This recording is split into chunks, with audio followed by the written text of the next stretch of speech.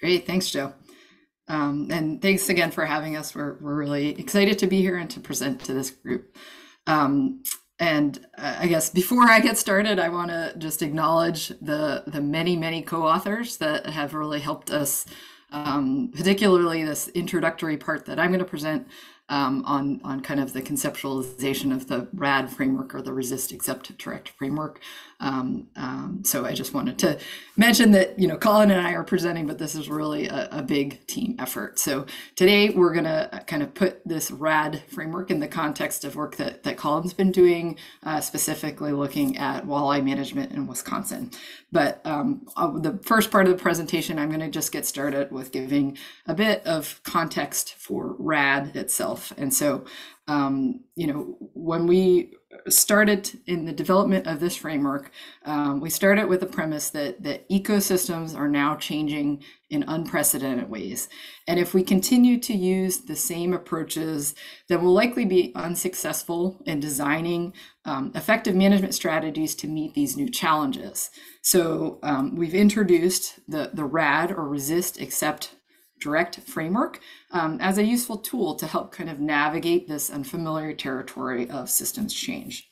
And then I'm going to kind of end with bringing this all together in terms of how we've, as a kind of RAD community, have begun to kind of look at using RAD in decision context. So I'm going to introduce a matrix that's going to kind of make this all more practicable.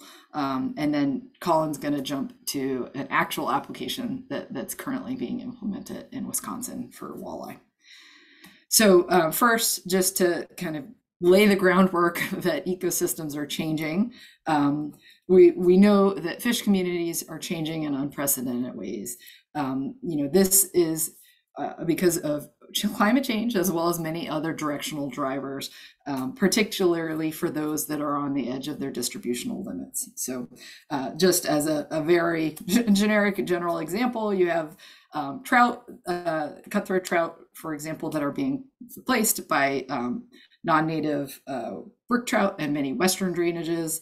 And then another kind of marine example, it's a pretty commonly cited one from the Gulf of Maine. Atlantic cod are now being replaced by lobster, and lobster are on the rise.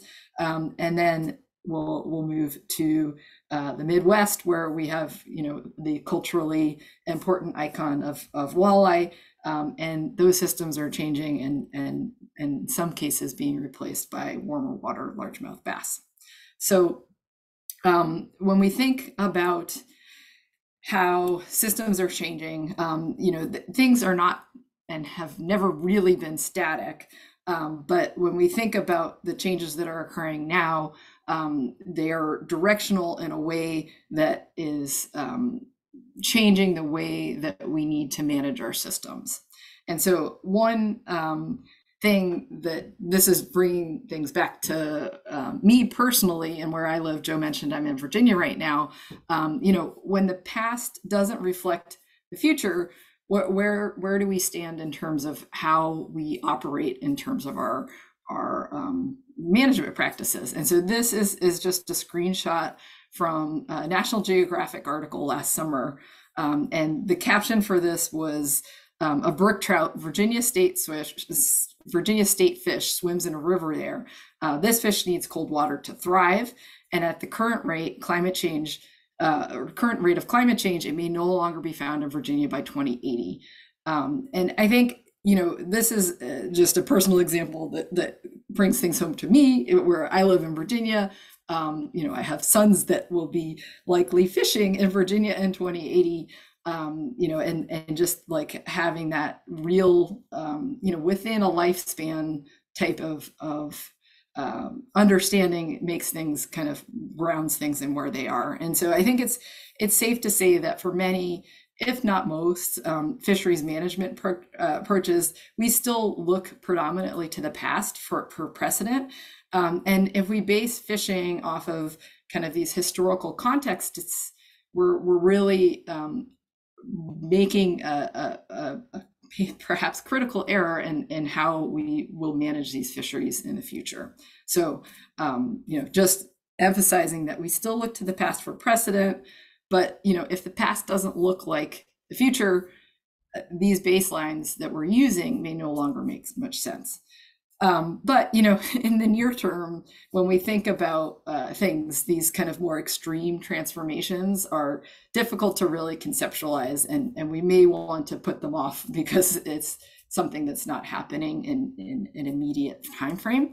But really, in the context that we're thinking about sustainable management, delayed action can actually potentially substantially increase the risk of irreversible change to ecosystem structure, function, and composition.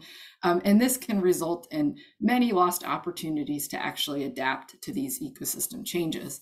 And so this paralysis, if you want to call it that, can really equate to higher cumulative economic costs, greater losses of ecosystem services, and really more substantial consequences to the natural systems. But we often lack a common language for having these kind of very uncomfortable conversations about what comes next when we can no longer maintain ecosystems or restore or rehabilitate ecosystems to what they once were. And when we really have to start thinking about when to consider other opportunities. And so this is where RAD comes in, or the Resist, Accept, Direct framework. We see this as a tool to really help initiate conversations about what comes next for these transforming ecosystems. And so, in addition to being a really catchy acronym, I think the real value in RAD is just that it lays out these options, and it encompasses really the entire decision space without being necessarily value laden. So it makes it so you can be deliberate in thinking about which option represents trade-offs between management goals, societal values, and available resources. And so all of this can be in a fairly non-value laden context, even though values are inherently involved in looking at what those goals and resources really are. So just very quickly to walk through each of these different pathways. So resist is perhaps maybe the most easy to understand as a natural resource professional. This is where management actions focus on maintaining current or historical ecosystem structure and function. And this is the approach that people are generally most comfortable with, because it's trying to keep the situation the same. So just to provide a few examples, not necessarily related to fish, because we're going to jump into that with Colin's talk here, but so something like removing invasive species because warmer temperatures and longer growing seasons have allowed them to establish, or like looking at reestablishing floodplain forests in areas that have been eroding because of more intense flooding. Those are just a couple examples of the type of resist action we have here. Except ecosystem transformations is really where managers yield to ongoing transformations by not intervening actively. And this is accepting the structure and function that emerges from transformations. And this often will likely be the most common choice, because when you think about managers, there's limited resources to do things. So, in many cases, there won't be an opportunity to intervene for every instance of change. But it's really important to note that this is a deliberate choice rather than just like a default decision. In the RAD decision space, this is something you are deliberately choosing to do. And so something in the accept context would be, acknowledging that there may be fewer opportunities to see moose because they're impacted by winter ticks, or, because wetlands are freezing later, acknowledging that access to some hunting areas may be diminished because of warming temperatures. And then the third and kind of final element of this RAD framework is direct. And this is when managers accept that systems change is inevitable, but they actually intervene to steer the transformation towards an ecosystem state with a particular structure and function. So this one, in terms of the three options, is generally the one that gets the broadest pushback in terms of implementation. Obviously, myself included, people don't inherently like change, and it kind of flies in the face of precautionary approaches to management. So this one is maybe the one that's more a growing edge in terms of utility and application. But some examples do exist across the management landscape. And so an example of this might be something like efforts to plant new plots of tree species that are not generally found in certain locations, but they might have a better chance of surviving new weather conditions, or ones that, for example, can better tolerate pests that have invaded areas that they can now withstand the winter temperatures. So just in the framing of this RAD context, it's important to note that these options are not mutually exclusive, and you'll see as Colin gets started on his direct application examples of that in action.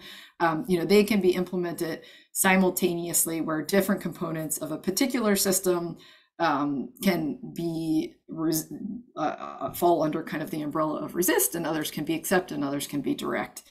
And I think one example that's really kind of quite a good one of representing kind of how these all work together is some work through the Cisco refuge lakes, for example. So in Minnesota, investing in areas where resistance is possible in those Cisco lakes on a very long-term horizon, they're investing in efforts to conserve those refuges. But then in other systems, they're really letting the other lakes kind of go, in terms of they're accepting that those systems will change over time. And so I think personally, I find the RAD trichotomy, if we want to call it that, to be useful because it really does encompass this full decision space. And each of these options represents trade-offs among management goals, societal values, and ultimately available resources to implement any action within these strategies. And all of this is based on the rates and magnitude of different forces that are underlying these transformations. So, in an ideal situation, you might end up with a self-sustaining, self-organizing system that requires minimal intervention. But, we recognize that we're in a state of perpetual change. So, even if you decide to accept a certain situation at one time point, there is likely to be another round of decisions that you'll have to make as the system continues to change. So, transitioning to kind of the actionability of RAD, I think the real advantage of this is that it creates a common language to have these conversations, about what comes next when we really can't just rely on kind of historical precedent and looking to restore and rehabilitate systems, when we really have to start considering if we're going to accept or direct changes in addition to just considering resisting it. And so, when I've discussed RAD before with new audiences, the predominant response is, okay, this is pretty intuitive. I understand the acronym. I can remember the acronym, and it's a good in theory, but when do we know what strategy to pick, and how do we know when to change strategies? And the problem is, if you wait too long to decide that resistance is futile, then you're likely to have already missed opportunities to prepare for adapting to ecosystem change under any RAD strategy. And it'll likely come at higher economic costs, greater losses of ecosystem function and services, and just generally more substantial consequences to natural systems. And so this is where management strategies that fit into the RAD framework kind of hits the ground. And how do we apply RAD to particular systems and to particular issues. And so we've kind of looked at this RAD matrix and trying to help kind of ground potential options there. So just to introduce this very briefly, to orient kind of along these axes here in this RAD decision space, we've been thinking about RAD choices on two axes. So the first is how ecologically responsive your system is and whether or not your system will respond to intervention. So low versus high. So something low would be, the open ocean, that there's not that much that human intervention is going to do to change kind of the chemistry of the system. And then something high would be, a very small lake or pond where it can be a fairly self-contained unit. And then the second axis is looking at societal receptivity to change. And so we found that binning RAD strategies where you have, so the ecological strategies are ones that encompass management actions that really influence the state or dynamics of an ecological system, so the composition, structure, and function of the systems. And then, and so this would be like the fish or the aquatic systems.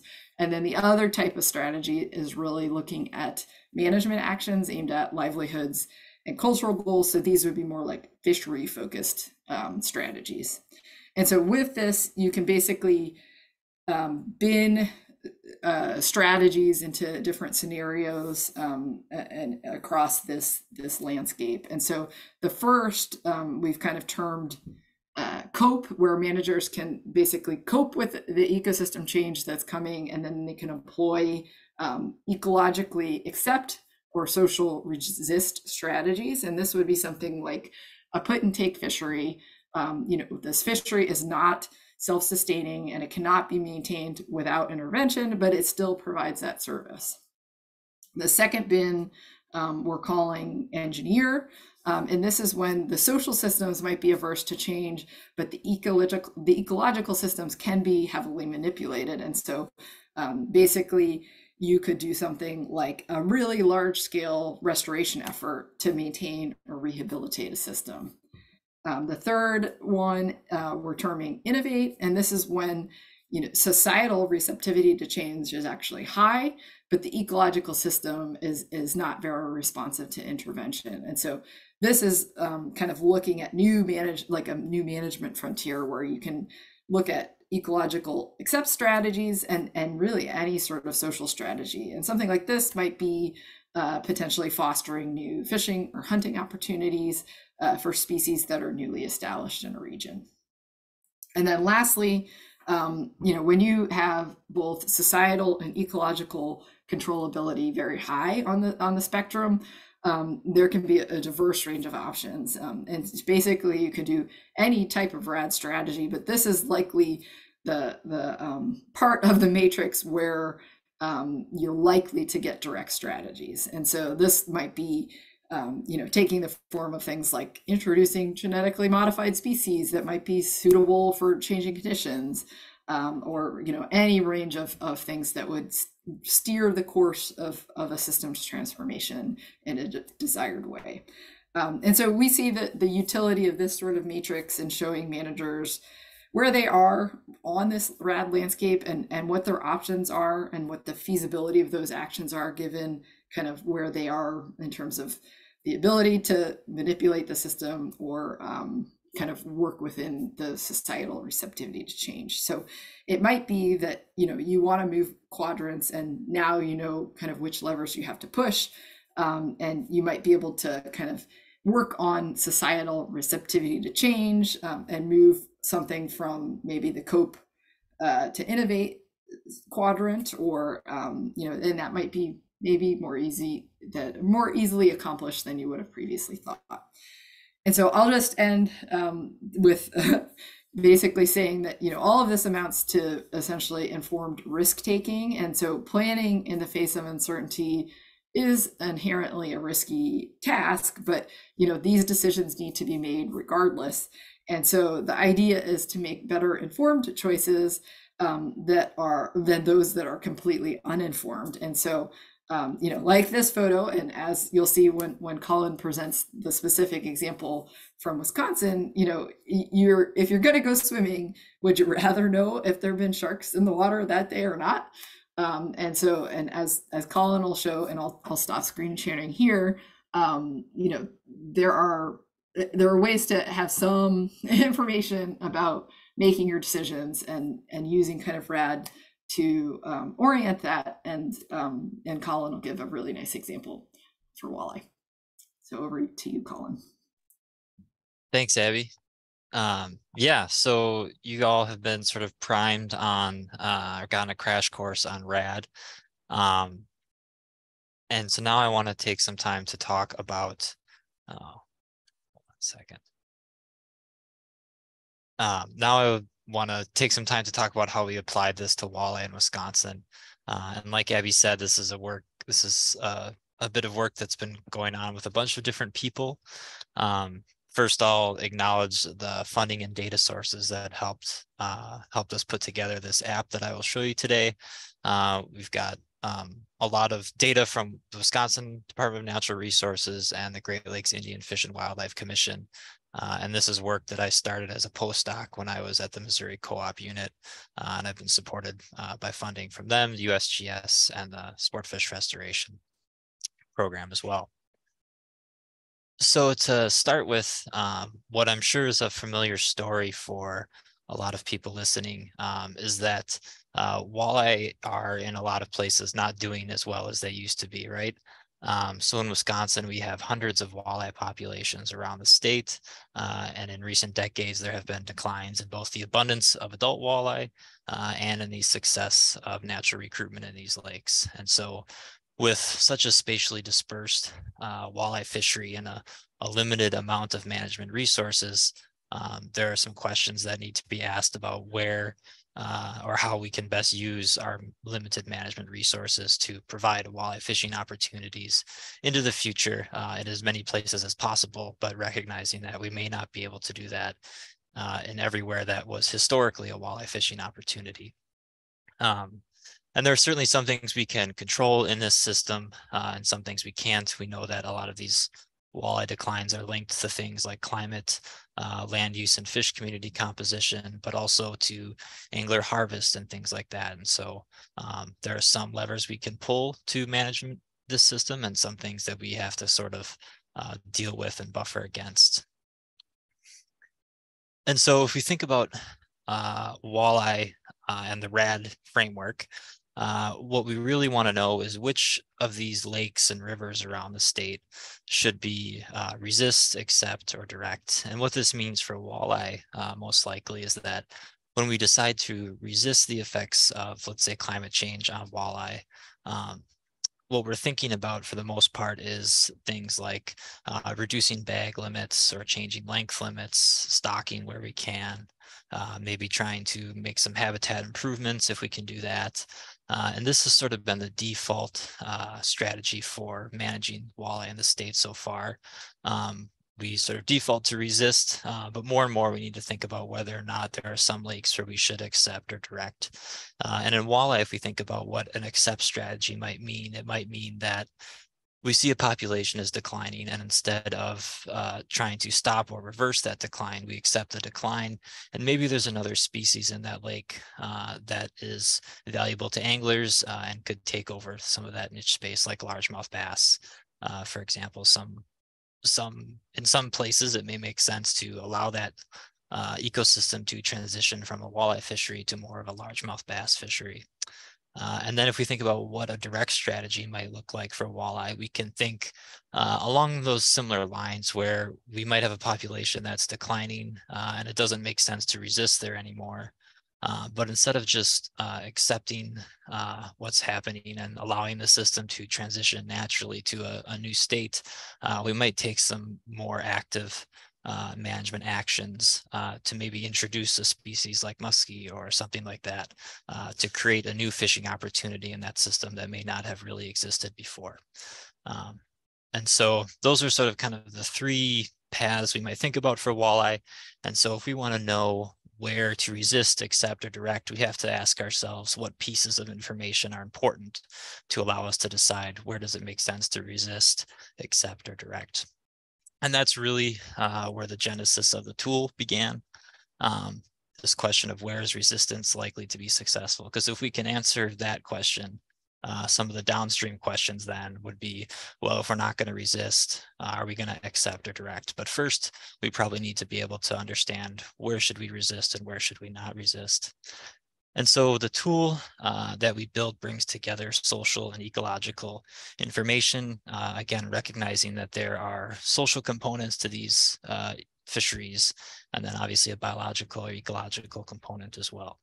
And so the tool is designed to be used by Wisconsin DNR biologists.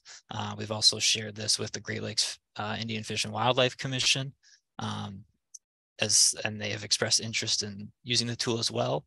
It's not something that's available to the public right now, but it's something that we're making available to those who have a hand in managing these systems. And the idea is that we wanted this to be a non-prescriptive tool. We don't want this to be something where you just plug a lake in and it spits out, okay, this is an R or this is a D. There's a lot of things that are not easily quantified about these fisheries that we can't just put a number on and put it in the app and have it spit out an answer. So we wanted to make sure that the users still had the ability to kind of bring in their expertise about some of the social or even some of the ecological components of these systems that are hard to quantify.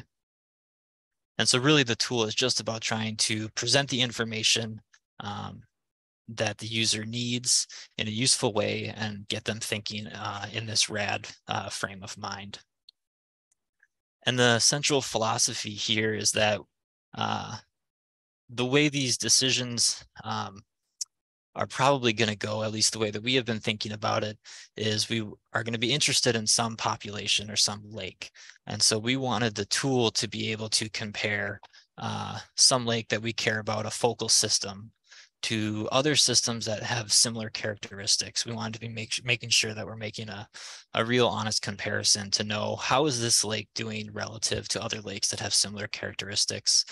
That might be similar temperature characteristics, similar food webs, similar water clarity, stuff like that. And then we also wanted to make a comparison between the lake that we care about and the other lakes that we think this lake is going to resemble in the future. So we kind of have a picture of how is the lake doing now relative to similar systems, and where do we think that lake is going, and how are we managing those types of lakes? And should that give us an idea of whether or not this system should be a resist and accept or a direct system? And we want to be able to bring all of those things together and present this information for a lot of different data streams. And so the way that the app works is we have a whole list. You can see the bulleted list here of different types of data that are important if we're trying to think about whether to resist, accept, or direct. And we're going to provide that information for the lake that we're interested in, the average lake that it looks like now, or in this case, when the app was built in 2020, and then the average lake that we think our focal system will look like in 2050. And I won't go through all of these right now. I'll show you them all when I demonstrate the app here in a few slides. But one piece of information I wanted to pull out and mention real quickly is in the app, we have some model predictions of the likelihood of adult presence in lakes around the state and the likelihood of successful natural recruitment in lakes around the states. And one of the big components of these models that has not been present in some of the previous work on predicting where natural recruitment is likely to happen is this idea of connectivity to cool water streams and rivers as a refuge from warming lake temperatures. And so this is a key component, we think, of what will determine which systems are going to be more resilient to climate change and which ones may not be, is this connectivity from a lake population of walleye to this cool water refuge through streams and the potential spawning habitat that it may also provide. And so I wanted to kind of pull that out and highlight it because that I think is a pretty neat and pretty novel metric that we haven't had for this system in the past.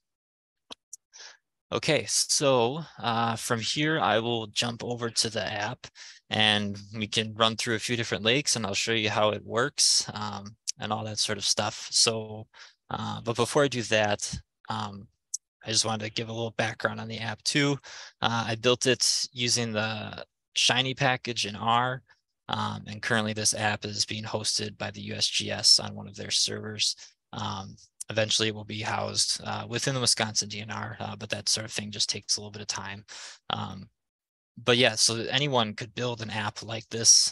The Shiny package in R is obviously free, just as R is to anyone out there.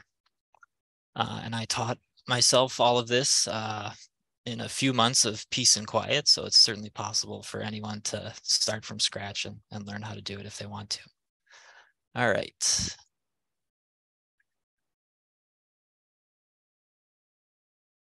So you should all be seeing a web browser right now with the app pulled up in it.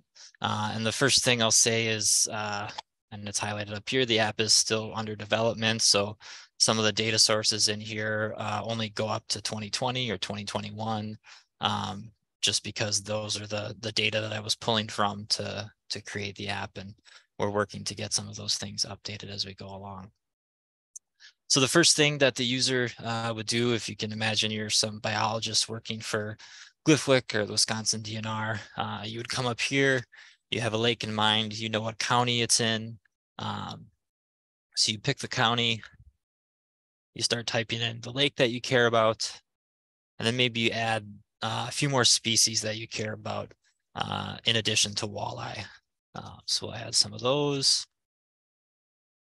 And then you click submit and the app is going to pull a whole bunch of information from the Wisconsin DNR's databases to tell us something about the lake and where it is now and where it might be headed in the future. So the first thing up here, we have some of our model predictions about the probability of supporting adult walleye in the lake, the probability of successful natural recruitment in the lake, and we provide those predictions for the year 2020 and 2050. And then down here in this plot, we're basically contextualizing that information to say, okay, for lakes that look like trout lakes, so complex two-story lakes, which is a lake classification system that we use internally here at the DNR, we can see that trout lake tends to be better than average in terms of its probability of successful natural recruitment. And that is true both in 2020, and we expect that that will likely be true again still in 2050.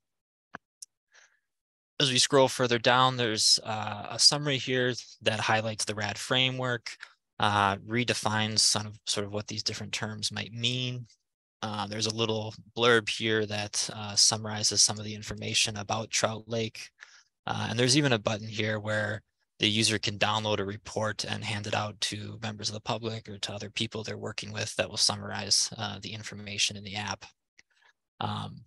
And these tabs here are just then designed to provide information that we think a biologist might want to have as they're thinking about, okay, is this lake a good candidate for a resist strategy going forward, thinking sort of long-term, or is it more likely that this is an accept or direct type system? So a very simple thing we might care about is just looking at, reminding ourselves what the fishing regulations are for Trout Lake, and then looking at other lakes that have similar characteristics and how are those lakes managed? Are they getting different types of walleye regulations than Trout Lake is? And does that help us make some decisions about maybe we just need to tweak regulations, or maybe we should be prepared that we may have to change to a different type of regulation at some point. So that information is all there. We also pull in all the stocking information that we have for this system, and we break that out by different sizes of fish stocked. And so we can see, Trout Lake tends to, when it does get stocked a little bit less than other lakes. We can see the timeline of stocking in Trout Lake through time for the different size classes of fish that we can stock. And then the data about the length of the fish that were being stocked, the source of those fish, all those sorts of things are provided there as well. Even some sort of rough estimates of cost if the user is thinking about that as something that might influence their decision. We also provide some information on what anglers are experiencing at these lakes. If we want to think about the social impacts of the decisions that we make around whether to resist, accept, or direct, we want to know a little bit about what the anglers are fishing for on Trout Lake, what they're catching, all those sorts of things. And so the creel information that we have for the state is provided here as well. Some distributions looking at the different sizes of fish that are harvested and brought in through the creel. Those are there. We even provide a little bit of information about the tribal harvest for lakes that are in the ceded territory of Wisconsin and are part of the tribal subsistence fishery.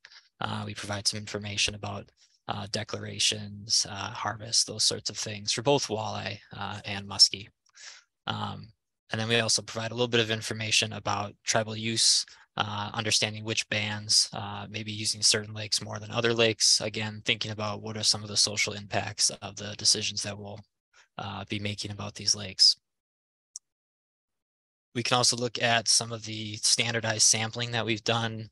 So if we want to think about in walleye, one of the big metrics that we care a lot about is recruitment, right? We want to know how well fish are reproducing and how many of those reproduced walleye are showing up in the fall or the next year and those sorts of things.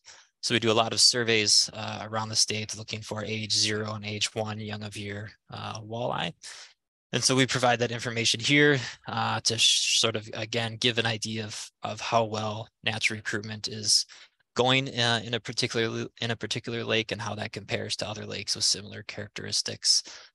We see that Trout Lake has maybe slightly below average catch per mile for age 0 walleye and maybe about average catch per mile for age 1 walleye. We provide the information about how many sampling events have been taken place that we can sort of handicap the data that we're looking at as well. We provide information on the length of the fish that are being sampled and what the average lengths are. And then we also survey a lot of other species in lakes, right? When we go out and we do some electrofishing runs in the spring, we have standardized catch rates for a whole bunch of different species, and we can compare Trout Lake's catch rates to other lakes with similar characteristics. For example, here we can see the catch rate and catch per mile of walleye in Trout Lake compared to other lakes that have similar characteristics to Trout Lake. And if we had data, catch rate data for largemouth bass, they would show up here as well, and same for the other species. The other thing we do a lot in the ceded territory of the state is generate population estimates for walleye. And so this is an important number as we think about management of the system, especially from a biological perspective. And so we show through time what the population size in Trout Lake, in this case, looks like. And then on the right here, we show how that population, which is the gray dots, relates to the average adult density for other lakes that have similar characteristics to know, is Trout Lake seeing some increases where other lakes have been seeing decreases or vice versa? Are they sort of trending in the same direction? Again, to try and help the manager understand kind of what trajectory the population, at least in this lake, seems to be on. And the data behind those numbers or those plots is right there as well. We also provide some length and age information if we want to think about trophy potential for certain species or growth rates, all those sorts of things. That's all there. One of the other more unique things about the app, and this again links back to some of the social concerns, is thinking about, well, if walleye go away here, what does that mean? Will people have to travel much further to go fishing for walleye? Or is there another walleye lake close by?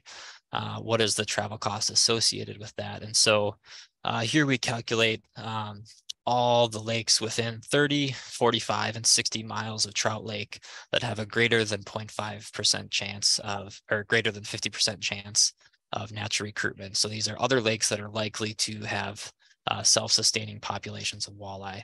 And they have, different characteristics. And if we're interested in some of those, we just can click on the bar graph, and it will pull up the data behind that bar and tell us where that lake is, what its natural recruitment probability is. And we would do that for 2020 and 2050, again, to see, okay, there may be other walleye lakes around Trout Lake now, but in 2050, how many fewer are there going to be? And does that make it especially more important that we try to resist in Trout Lake?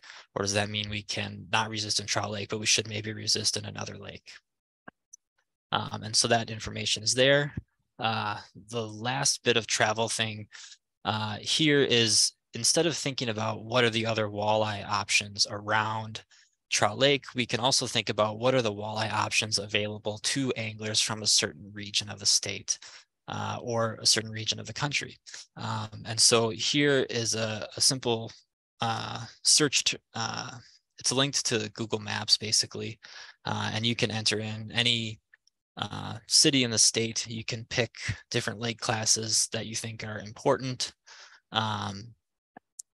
And then you can say, I want to know what are the 5 closest lakes, walleye fishing opportunities to people living in Madison. Let's say if you're managing lakes around Madison, you want to know what are the options to anglers and what might that mean. So this will take a few seconds here, but essentially what it's doing is calculating the distance from Madison to the 5 closest lakes in the 2 lake classes that I picked, and it will tell us the straight line driving distance and the amount of time driving that it would take for an angler in Madison to get to that lake. And those are their closest walleye fishing opportunities for that lake class. Again, this helps us think about what are some of the societal impacts of the decisions that we might make about where to resist, accept, or direct, and what might that mean for anglers. And if we scroll even further down, there's some information about the cost it takes to get from different places around the state to, in this case, Trout Lake, or if you wanted to get from Trout Lake to the nearest quality walleye fishery, regardless of what type of lake it is. That information is all there too. And then the last thing I'll go over here is we provide some information on non-native species in these systems. Again, Abby talked a little bit about invasive species and climate change, and so I wanted to provide that information here just in case that's something that a manager wants to think about as they're making these decisions about resist, accept, and direct. So that's there as well.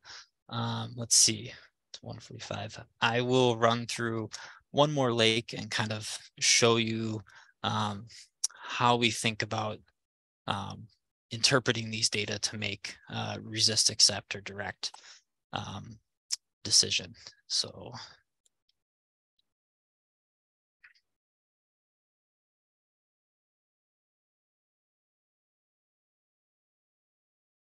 here's a lake in northern Wisconsin, Amber Lake, where the probability of supporting adult walleye is quite high now and is even pretty good into 2050. It's likely undergoing really good, healthy natural recruitment now. But in 2050, that probability drops by quite a bit. And so this is a lake where we might already begin to think, and Abby alluded to this earlier, that it may be a short-term resist lake, but in the long term, at some point, our decision might have to change from resistance to accept or direct. And one of the important pieces of information we might look to here to make this type of decision, and again, I don't know if this will be the right decision for this lake or not. The manager will know a lot more about the specific context of any one lake, but you might look at the walleye population estimates through time, see there's some decline going on, but it sort of mirrors kind of the average of what's going on for lakes with these types of characteristics. We can look at our young of year walleye catch per mile information. And we see that generally the age 1 walleye in Amber Lake, we tend to catch a bit more of them on average than we do for other lakes with similar characteristics, although in recent years, maybe that has been declining. And all of this we might look at and think to ourselves, well, there may be a good social a reason to keep this as a walleye lake for as long as we can, but we recognize that maybe by 2050, we may have to think about whether or not there's a change in strategy that should be happening. And so that is sort of a brief overview of how the app works and how we think it might be most useful to managers. Again, the idea not to be prescriptive, but to provide the data and the context that they need when thinking about what the long-term futures of their systems might be.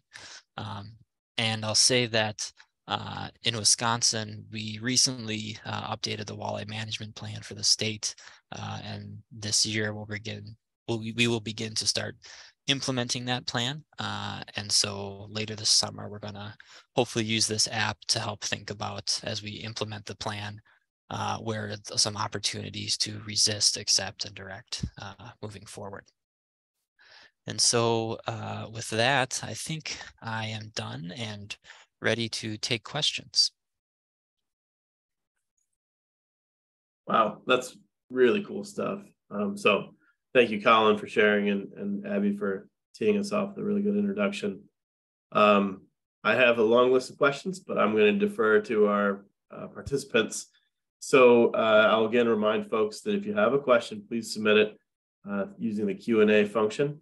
You can hover your mouse down over the bottom of the screen. You should see the two bubbles pop up for Q&A, and just click on those and submit your question. So the first question that I saw was from somebody who was curious whether if they hired a lake consultant, like a contracted manager, to work on the lake management plan for their lake, would that person have access to this tool? That's a good question. I don't think we have given that much serious thought to this point. But I could see that it wouldn't be any problem to share something like this with them. The data, for the most part, is really all publicly available, and so it's just a matter of this is a useful way of looking at it. Yeah, our Shiny app is publicly accessible as well. Okay. And how have Wisconsin anglers responded to the RAD approach? I would say that I don't think we have done much to this point of rolling the RAD approach out to the general public, and it has been more used internally for some of our thinking and our decision making. That being said, I think that it is a nice and easy conceptual framework, and it would be no problem at all to explain this to anglers. And I think a lot of them might have sort of similar intuitions already about the system. So I wouldn't expect that there'd be a lot of surprise. And I'll also add that we have similar working relationships with Minnesota DNR, and I think it's the same, basically identical to what Colin has said in terms of people are thinking about RAD, but actually internally at this point, but it hasn't been kind of rolled out to more public facing utility. Colin, how's the RAD framework been received by managers within Wisconsin DNR? As you said, some of the options are unsatisfying. Mm-hmm. And so how has that landed with managers? Yeah, I think the managers are really, they see what's going on around them pretty clearly, and probably even a lot more vividly than I do. And so they're pretty open and realistic about what the future of some of these lakes looks like. And so the people that I have talked to have found the app quite useful, even in just finding, using it as a quick way to look at data that they know is out there, but it saves them time from having to do some quick analysis as they're working through some of their daily duties. Sure. All right, so here's a bigger question. So walleye are culturally important, and walleye fishing is obviously really popular. Has Wisconsin DNR considered implementing structured decision-making workshops or stakeholder groups to navigate the next steps for adopting the RAD framework in walleye management? Yeah, that's a good thought. So I'm part of the structured decision-making team here at the Wisconsin DNR. We have not done any specific workshops with walleye fishing in general. But when we updated the state walleye plan last year, and I wasn't a part of that because I had sort of just joined the agency. But I know that they do have a public comment period, and they do have a lot of focus groups with different user groups around the state to get input on the walleye plan and understand what people, what their values are and their objectives, and how they can best meet those. Okay, thanks. So this is a question about kind of what options are on the table within the RAD framework. Has Wisconsin thought of doing the experiment of introducing walleye, which are adapted to warmer water, say from southern states like Arkansas or Missouri? Yeah, that's a good question. I don't think so, at least not to my knowledge. But that's super interesting, and it totally links back to what Abby was talking about in her first half of the presentation about sort of kind of creative strategies. Yeah, that's a good question. Thanks. Okay, so you showed some predictions for 2050 recruitment and populations. What are the underlying mechanisms that go into those? This person, I think, is interested a little bit more in how the models are functioning. Yeah, I can. So here's a little bit of a look at the adult presence absence models. So some of the important predictors in the model are how far away that lake is from a large river, the water temperature in that lake size is a big one. These are all pretty kind of big,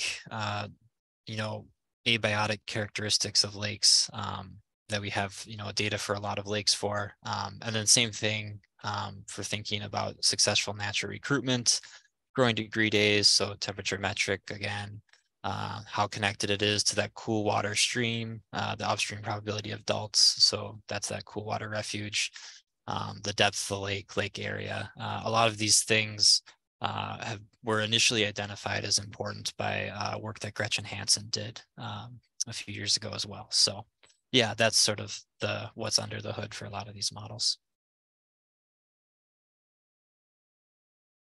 Thanks. Are you aware of any other state agencies working on using something like this within their management?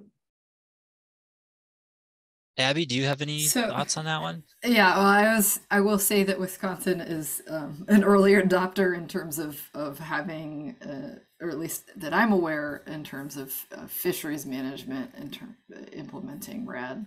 We have kind of in the broader RAD community, there are a number of different projects more on like a park or refuge scale in terms of management with the National Park Service and like the Fish and Wildlife Service refuge system, where they're looking at kind of landscape level management. But I think Wisconsin is out front in terms of applying it directly to fisheries management, as far as I'm aware. Yeah, and kudos to Wisconsin. And that's really part of why we do these webinars, is to try to share the really good work that folks are doing so that we can all copy your homework, as it were. But I will say, I'm in jest a little bit, but Michigan DNR has thought about climate change within the perspective of its walleye management as well, and recently finished a walleye management plan. And so in Michigan, you can see some of these ideas in the walleye management plan, but I think the quantification that you guys are able to do within this app is really, really neat, and a great example for us to follow and others. Yeah, I'll add that if anyone is interested in trying to develop something like this where they work, they can definitely reach out to me, and I'll try to assist in any way I can. I learned some lessons the hard way, and I could definitely provide some advice, I think. Yeah, thanks. I think we have time for one more question. And so the question is, with your final example where you suggested it could be socially preferable to resist in the short term, but then in the longer term, it may not be good habitat. This person was curious, how might a manager assess when to make that switch? Is there anything within the Lake app or the RAD framework that could help a manager think about the timing of that change in tactics? Yeah. I don't think there's any one number that is in the app or something like that that we could point to that says, okay, when your lake hits this number, then you switch from resist to accept. I think part of that is going to come down to the judgment of the manager. And again, that's part of the non-prescriptive nature of the tool, leaving the managers with some authority over what goes on. Yeah, I think that is probably the best answer I can give. Do you have anything to add, Abby?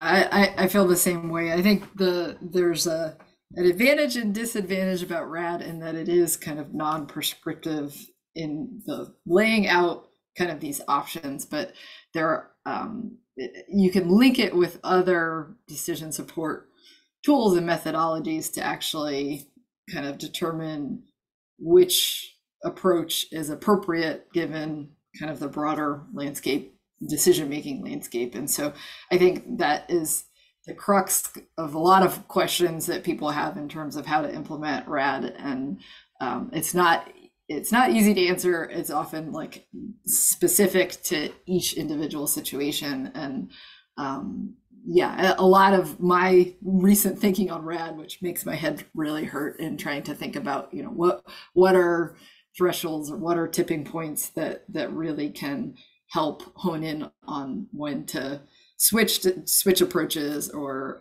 you know, which approach is the most feasible given kind of that broader decision making landscape. Yeah, it's tough, but there is an element of decision control that is in the manager's hand at that point. Perfect.